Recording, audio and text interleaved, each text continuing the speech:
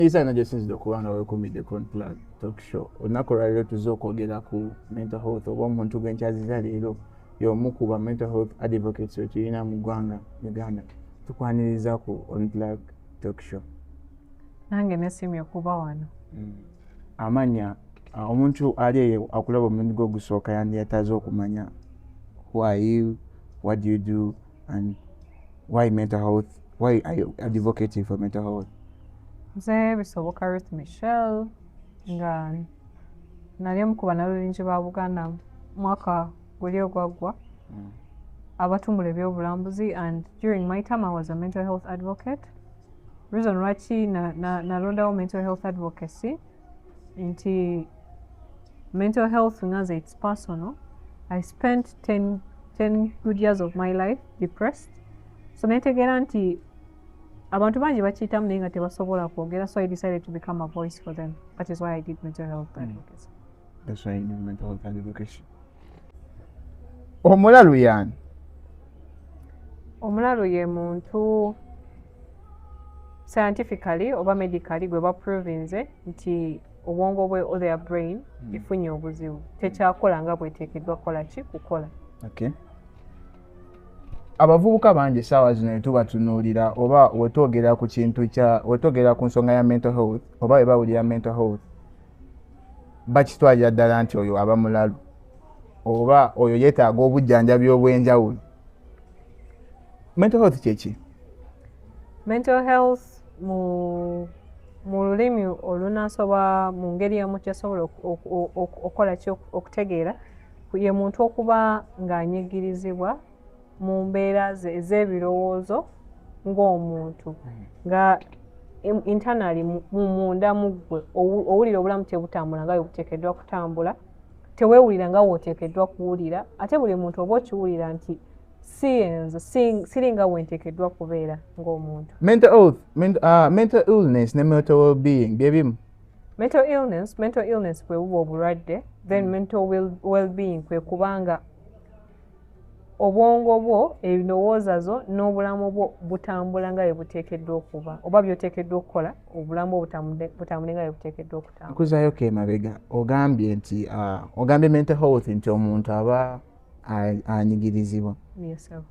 Last time nina gwe nali njogerako naye oba was I listening to something bw'okiza mu Luganda mental health kitegeeza obulamu bw'obwongo obulungi. It's like health like mental bwe bwongo, then health bwe bulamu obulungi.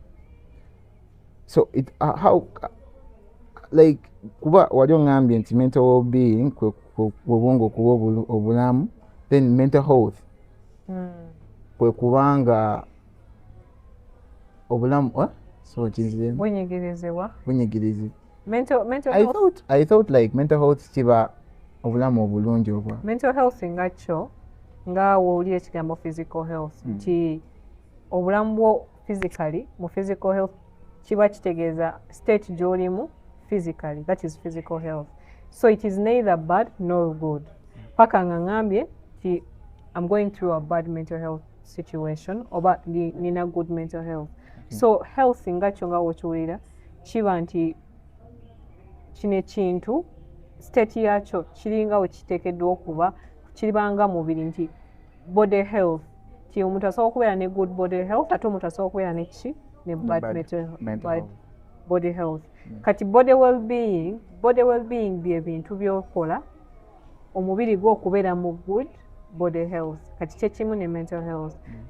Good mental health osobola okuba nga olina good mental health or mental well-being practices zokola okubeera mu good mental health.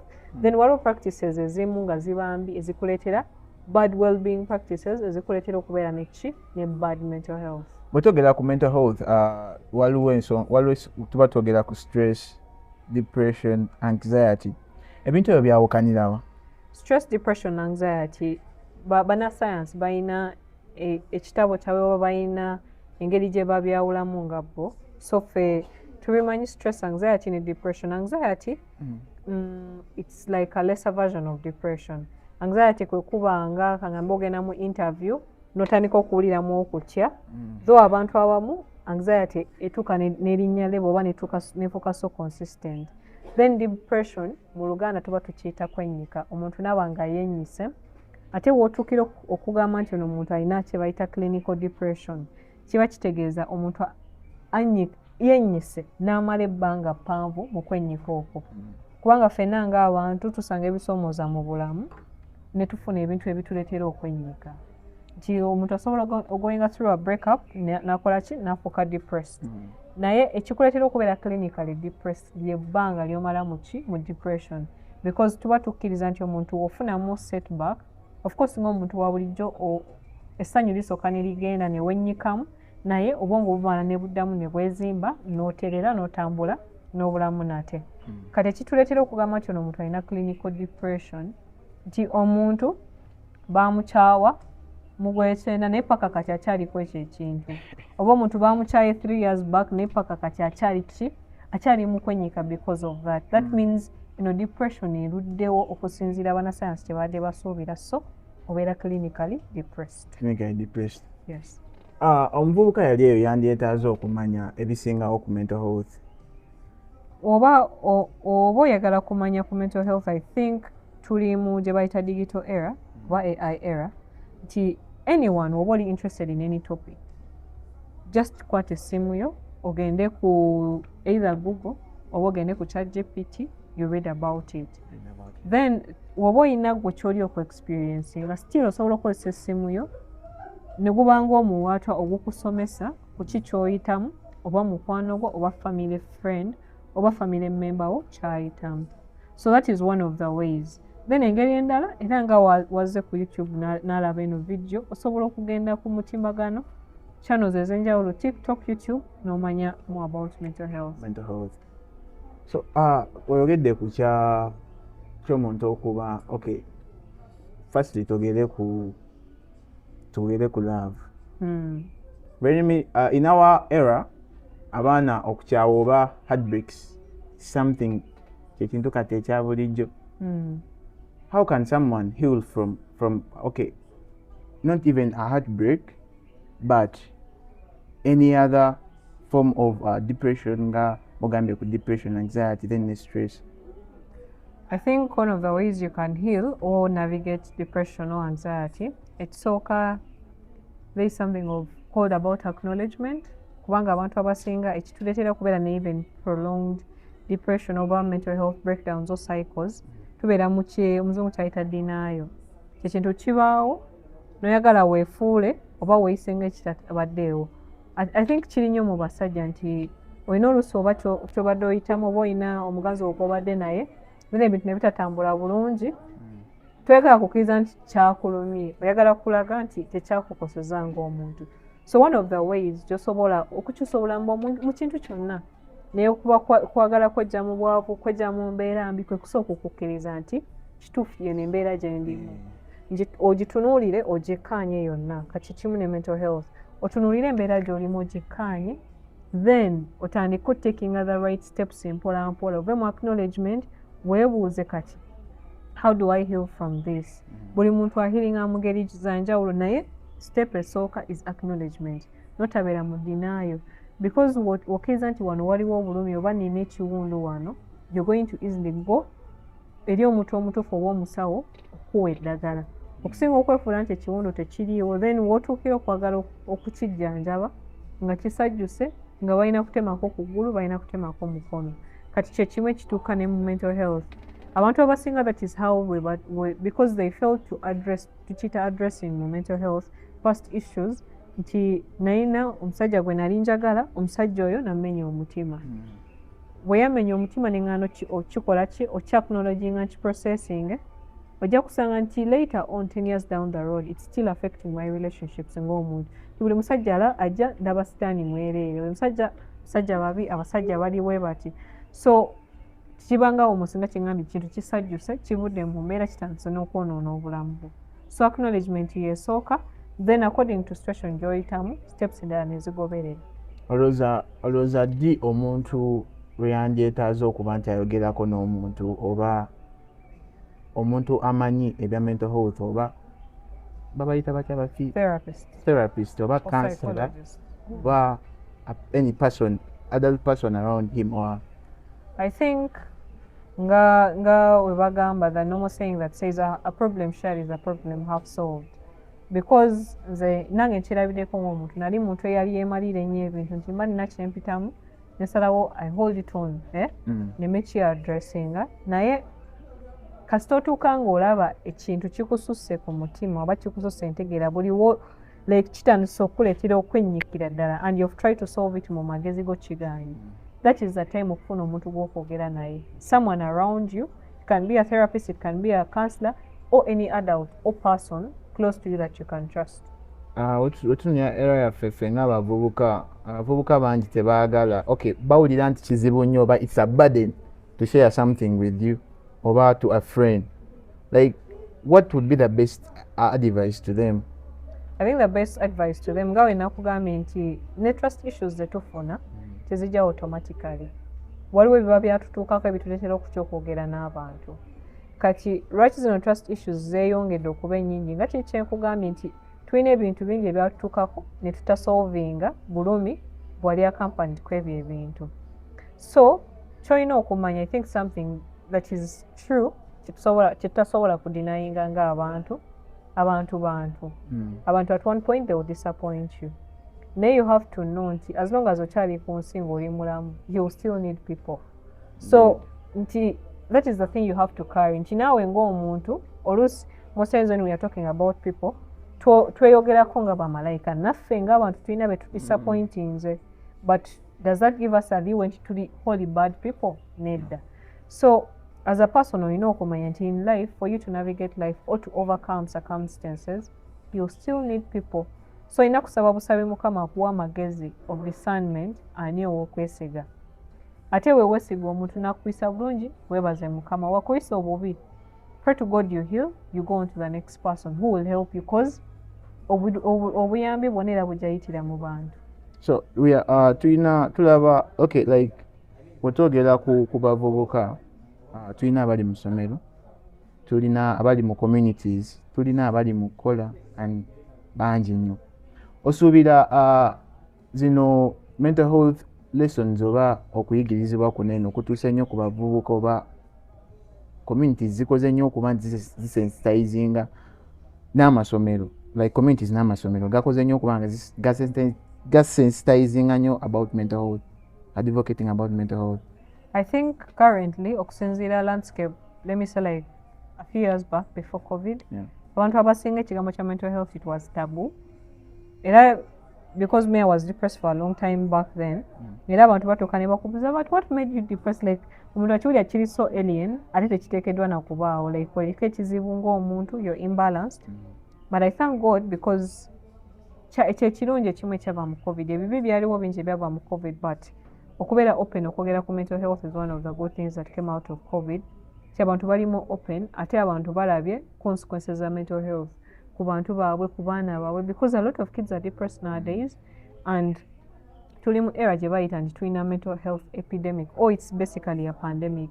Ensi nga South Korea ate kati bo obufuuse buzibu, it's like a huge problem. Abaana bato bangi bacommitting suicide. I think it has South Korea even here. I think last week omwana w'essomero we yeetugira mutoyi. Yeah, so sorry about that. South Korea as a country right now has the highest suicidal rates of any other country. So tugenda tulaba nti kino ekizibu kyescalatinze ate we can no longer ignore it. So currently more people are talking about it and more people are advocating about it. So it's a good step towards the right direction. But is this the end, the not end, like what you get at this, like omuntu okwetta osuubira kye, like is it the dead end? I think that people committing suicide or taking their own lives is the worst side of mental health problems.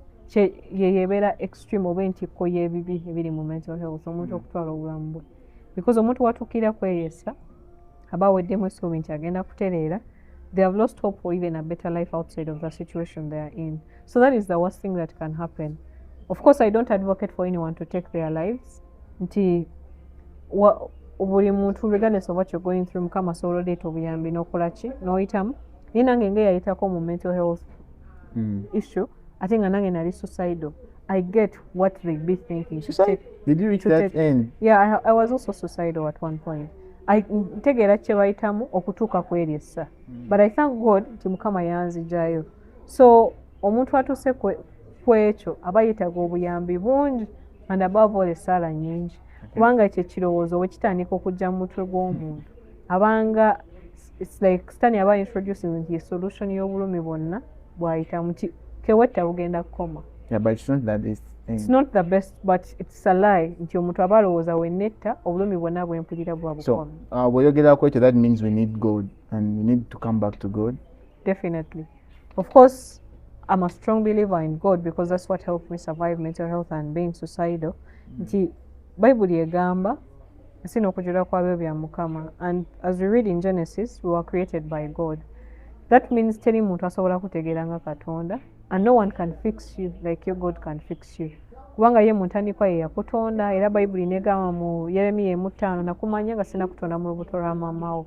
That means Katonda ye asobola otegeera what went wrong along the way. Ate ye kenyini, he has the hand, he has the might, he has the capability okuyisa omukono gwe mu situation ye natandika okufixinga step by step. So I believe one of the easiest ways you can overcome depression is to center yourself back to God, because kasitaweze wa Katonda, because he's your God, ye agenda kuzengulu mpola mpola, and you reach a day and look back ojja kwewuunya Mukama engeri gy'akoze ki gy'akozizza engulu. Tubulyeko ku habits oba omuntu z'alina okukola for a good mental health. Some of the things that you have to do to practice good mental health or to maintain mental health ennungi, ekisooka oyita mu kizibu nga kye tugambye, you acknowledge it, tokyetikka naye kikkirize nti kino kyekiriwo essaawa eno, then otandika okunoonya ekkubo onvuddewo nkya, tobeera mu denial. Then kasita otuuka ng'olaba nti olina ky'oyiseemu and you're overwhelmed, find someone to talk to. Find someone to talk to. But who? The issue is who, because gena kugamba nti yogera na mama, different people have different relationship dynamics. Yeah. Naye knowing a relationship in your life, or pray to God to create a relationship in your life that is as safe as possible. Atin wobo tuse kukisenga olaba there is no one that you can trust. Twina a lot of places waliwo ne hotlines nange nazikubako when alina mental health problems eya Mental Health Uganda, oba osobola ogenda in places that have spiritual leaders. Kangambe abakatoliki balina abafaather balina ebigo, you can go to such places. Abalokole tulina church and those pastors are always willing to talk to people. So oba tolina mu ssaako zo gwe weesiga, you can move and go to those places. Then n'amalwaliro agamu aga government oba ne institutions nga universities zatandika okukola ki okugaba ezo services for free. So if you feel like tolina wakwogera naye, noonya hotline ya Mental Health Uganda oba genda mu bifo ebikotoolodde ebirimu ba spiritual leaders. But spiritual leaders bali ki mu kuyamba okudda engulu. Okay, you're talking about government. Amanyi omuntu buli bawulira ekintu ekirimu government. Like embeera teba nnungi because you have seen some wetutunulira amalwaliro gaffe essaawa eno, amalwaliro gaffe agamu temuba ddagala, temuba basawo. So eyo line gy'ogambye eya Mental Health Uganda, is it really doing a good job or is it? I called their hotline personally from my personal experience. They picked and they keep on picking buli wokuba, because yes, I'm not sure if it's a government entity, but it's like an organization eyamba abantu through the mental health advocacy. So for them they understand, because that one phone call gye bakutte can save a life and can save a family. Tuyinza obutakwata simu naye esimu neviirako omuntu okufa oba okwetta. So Mental Health Uganda, they really do pick your calls when you call and they will talk to you. Yeah, someone out there waliwo omuntu essaazi nayinza okuba nga atulaba nga alina kyayitamu oba nga ali mu strugglinga nnyo, kigambo ki kyewandimugambye oba what advice would you give to him or? The advice I would give to such a person, because one of the key things we have even as believers, chewaita hope. Because the tender be about life, and I think chobola to come out to defining so difficult. Nti obulamu nga bulimu ebisoomooza bingi and toyina wogenda kugenda nga it's just a clean slate. ne Yesu yennyini mukama waffe yatugamba mu nsi mulimu ennaku naye mugume ngiwangudde. So ng'omuntu olina okusuubira kyolina okusooka okuteeka mu mutwe gwo at one point or the other you'll always find challenges. Ne mindset gy'ogenda nayo mu ezo challenges nti Bayibuli etugamba nti hope is a substance of things, like faith is substance of things hoped for. Ky'omuntu olina okuba n'essuubi nti essuubi kasita obeera nayo nti regardless of what I'm going through, if I'm doing the right thing okusinziira kye nteekeddwa okukola, at one point ebintu bijja kutereera. That is the only thing that keeps us alive as people, hope. Okay. Ndowooza byo bye tusobodde okuba nga twogerako ku mental health, but byonna byonna bye twogedde kyenzigyemu nti mental health nikikwatako era nga you have to seek for knowledge about mental health, right? Yes, sir. You need to talk to someone. Bonna era kituufu tetulina mikwano. That's it. Bonna bwe tulina abatusemberedde, those are all fake friends. Si kyo kituufu. Eh? Kubanga buli muntu agamba yeetooloddwa fake friends n'emikwano gyo nga gigamba gyetooloddwa fake friends. That means buli muntu aliko obuzibu ate nga si kituufu. Okay, all in all, noonyayo omuntu gw'oyogerako naye, noonyako omuntu gw'otula naye gw'owuliramu emirembe nti like if should we advocate for crying? Crying is also healthy. Of course, in regulated bits nti waliwo bw'otuuka nga wennyise mu mutima, and having a good cry is going to help you. Wali okabyeko ekintu kikunyigiza n'otuuka nga kati obusungu tebukyaliwo. Crying is also that's always me because okay, nze kuze okukaaba I always kale kimpa I think relief. It gives me that relief, and mpulira nnyo bubi nnyo obusungu bwe bujja bungi nnyo. I feel like I cry, and after I think it's okay. So look for someone to talk to, but waliwo atera akaaba nekisukka. Wandi kati waliwo okukaaba ng'ate nga nako kwa depression, kubanga ne depression ereeta okukaaba kungi nga basically omutima gwennyise nnyo nti buli kaseera omuntu aba akaaba. So everything nga we bagamba teri kintu kibi kifuuka kibi mu extreme kasita kisukka wekyandikome awo kifuukira ekibi. So moderation mu buli kimu nti yes yogera n'emikwano gyo, but again totuuka kubanga gwe buli kimu oyogera ojja tuuka nga again kala kiri unhealthy. So everything has to be done with the right balance in mind. Your last words atumaliriza. My last words to everyone nti omuntu yenna ng'oli mu season ey'obulamu bwo nga togitegeera owulira okunyigirizibwa, kigambo kimu kyenkugamba have hope. Then above all, abavubuka bangi gye baliyo naye nga talina kyakkiririzaamu, si musiraamu, si mulokole, si mukatuliki. So you're on your own in the world. Funa ekintu ekikusenteringa mu bulamu nti bw'otegeera kikosi kuno siri bw'omu, sajja bw'omu, ate najja olw'ensonga, you're going to have something that is going to keep you waking up and having hope ng'ebintu bitabuse. Manya buli muvubuka gy'oli eyo regardless of what you're going through, manya nti wagenda okujja ku nsi kuno nga Mukama akumanyi ate you came for a purpose. Nti tewetta nga tonakuufiringa purpose eyo. Tokomya bulamu bwo, teweemalamu maanyi, sigala ku kituufu ky'oliko oba okola ekituufu. Mukama ajja kuviirayo era byonna bijja kuba bulungi. Amiina. Sigadde nze Latif era nga I'm one of the youth advocates. So nange newadde wa youth advocate. Bungwana. Bungwana. The firstborn, Jaja, I'm proud of saying Jaja's boy because I grew up with my grand and give shout outs to her. Yeah. Sigala, this is OnPlug Talk Show and we are here to connect, educate, inspire and transform. We love you all. Stay connected to stay motivated. But lastly, don't forget to subscribe, like, share, comment. Visit us on all our social media platforms. OnPlug Talk Show. Love you all.